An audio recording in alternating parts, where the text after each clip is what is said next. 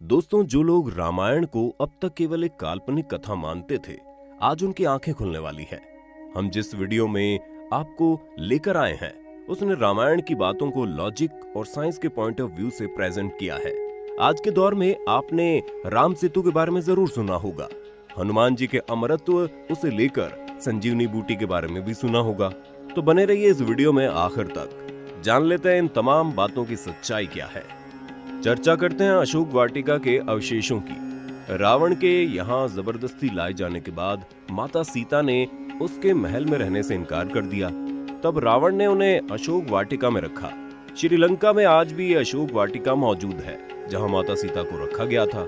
ये क्षेत्र सीता इल्या कहा जाता है, जबकि अशोक वाटिका को आज हक्काला बॉटनिकल गार्डन के नाम से पहचान मिली है।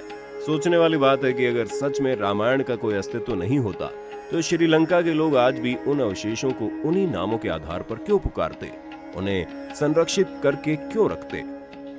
रामायण के अनुसार भगवान राम ने रावण का वध किया था, लेकिन रावण एक ब्राह्मण था। भगवान राम पर ब्रह्म हत्या का पाप भी लगा और उन्हें इसका पश्चाताप भी था। इसलिए उन्होंने इससे मुक्ति पाने के लिए भगवान शिव की आराधना की। तब भगवान शिव ने प्रभु श्री राम से 4 शिवलिंग बनाने के लिए कहा। इनमें से एक शिवलिंग रेत का था, जो माता सीता ने तैयार किया था। हनुमान जी 2 शिवलिंग हिमालय से लेकर आए थे और चौथा शिवलिंग प्रभु श्री राम ने स्वयं अपने हाथों से बनाया था। भगवान श्री राम के हाथों बनाया गया ये शिवलिंग आज भी मंदिर में स्थापित है। राम सेतु को एडम ब्रिज भी कहते हैं, लेकिन कुछ लोग इसे भगवान राम की रामायण से जोड़कर नहीं देखते।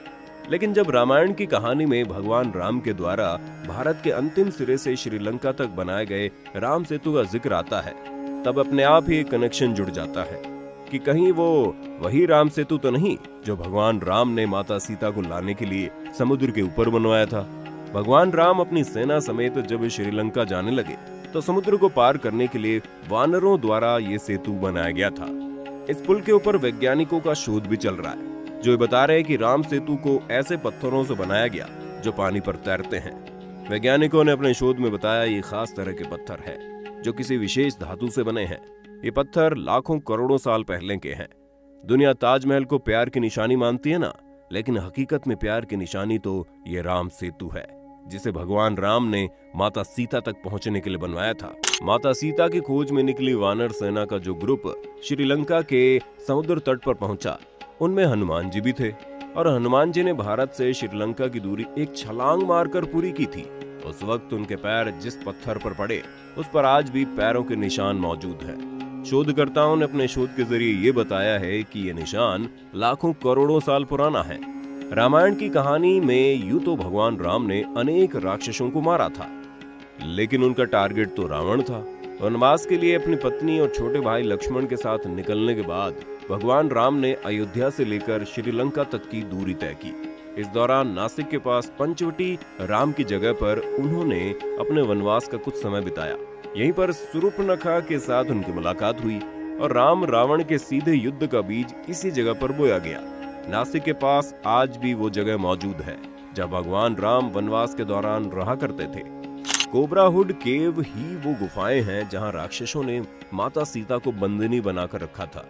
श्रीलंका के आर्कियोलॉजिकल डिपार्टमेंट के सर्वे में ये बात सामने आई है। ये वही जगह है जहां राक्षसों ने माता सीता को रखा था, जहां पत्थरों की दीवार पर बनी आकृतियां कुछ हजार साल पहले नहीं, बल्कि लाखों करोड़ों साल पहले की है। आकृतियों के जरिए रामायण की पूरी कहानी समझी जा सकती है। राम रावण युद्ध के दौरान जब मेघनाथ ने भैया लक्ष्मण के ऊपर शक्ति का प्रयोग किया, मूर्छित होकर गिर पड़े। द्रोणगिरी पर्वत पर हनुमान जी को वहीं संजीवनी बूटी मिली थी, जिसके जरिए भगवान लक्ष्मण जी अपनी मूर्छा से वापस आए थे।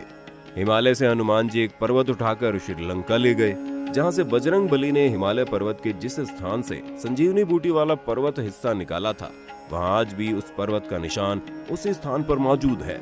यहाँ के स्थानीय लोग आज भी इस पर्वत की पूजा करते हैं। रामायण के एक अध्याय में रावण ने लंका की रक्षा के लिए बड़े बड़े हाथियों को रखा। इन डस्क हाथियों का आकार आज के हाथियों की तुलना में बहुत बड़ा था। हनुमान जी ने इन हाथियों को हराकर ही लंका में प्रवेश किया था। इसके बाद आज वैज्ञानिकों को इन पुराने हाथियों के अवशेष मिले हैं। इन अवशेषों को देखकर लगता है कि उस समय इन हाथियों का आकार आज के हाथी के कंपैरिजन में बहुत बड़ा हुआ करता रहा होगा।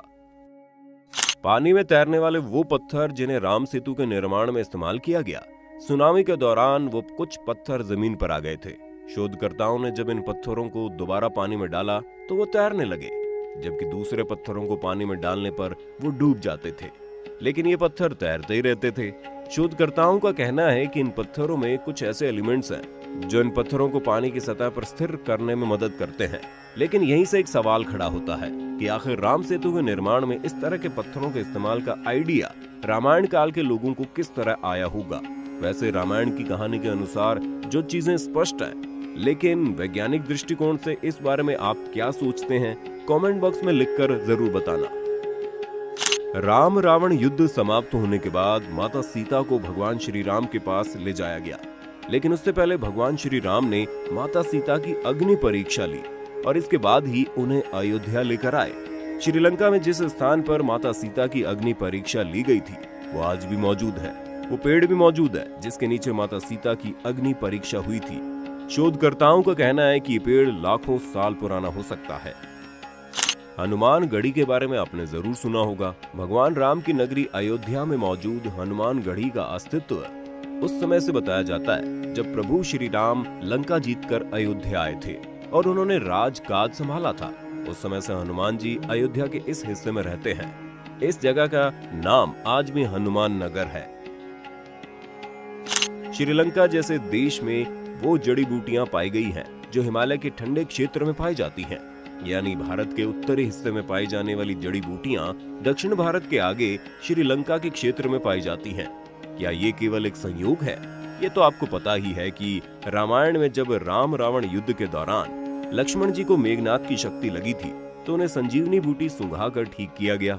हिमालय के क्षेत्र में पाई जाने वाली जड़ी बूटी अगर श्रीलंका के उस स्थान विशेष में मिलती है जहां राम रावण युद्ध के दौरान लक्ष्मण जी के मूर्छित होने का जिक्र है, तो कोई ना कोई कनेक्शन तो श्रीलंका से हिमालय का जुड़ ही जाता है। श्रीलंका में लंका के दहन के अवशेष भी मिलते हैं। श्रीलंका का वो हिस्सा जहां रावण का किला हुआ करता था, उस हिस्से को हनुमान जी ने आग लगाकर जला दिया था। उतने हिस्से की मिट्टी पूरी तरह से काली पड़ चुकी है और ये काली मिट्टी वैज्ञानिकों को इस ओर सोचने और शोध करने के लिए इंस्पायर करती है कि आखिर यहाँ की मिट्टी काली क्यों है, कहीं लंका के दहन का परिणाम तो नहीं। श्रीलंका का एक अहम स्थान रावण का महल है, इसे कैसे भूल सकते हैं। वैज्ञानिकों के यहाँ पर एक बड़ा सा महल मिला है। इस महल को रावण का महल कहा जा रहा है। खंडहर की हालत में पहुंच चुके इस महल में कई सारे गुप्त रास्ते हैं और इन रास्तों को देखने पर यह लगता है कि ये इंसानों द्वारा बनाए गए हैं। ये रास्ते काफी पुराने हैं और हम इंसानों के अस्तित्व के बारे में संकेत भी देते हैं। भगवान राम भारत की आस्था का केंद्र है। हालांकि कुछ विधर्मी लोग इनके होने या न होने पर सवाल खड़े करते रहते हैं, लेकिन जो लोग भगवान पर भरोसा रखते हैं वो उन पर अटूट विश्वास रखने के साथ साथ उनके द्वारा स्थापित किए गए आदर्शों पर भी चलते हैं। एक मर्यादा पुरुषोत्तम के रूप में भगवान श्री राम सदा दुनिया में रहने वाले हर इंसान के मन में मौजूद रहते हैं। वीडियो आपको कैसा लगा हमें जरूर बताना। भगवान राम की कृपा आप पर बनी रहे, इसलिए कमेंट बॉक्स में जय श्री राम जरूर लिख देना। फिर मिलते हैं नए वीडियो में, तब तक के लिए जय हिंद, जय भारत, वंदे मातरम।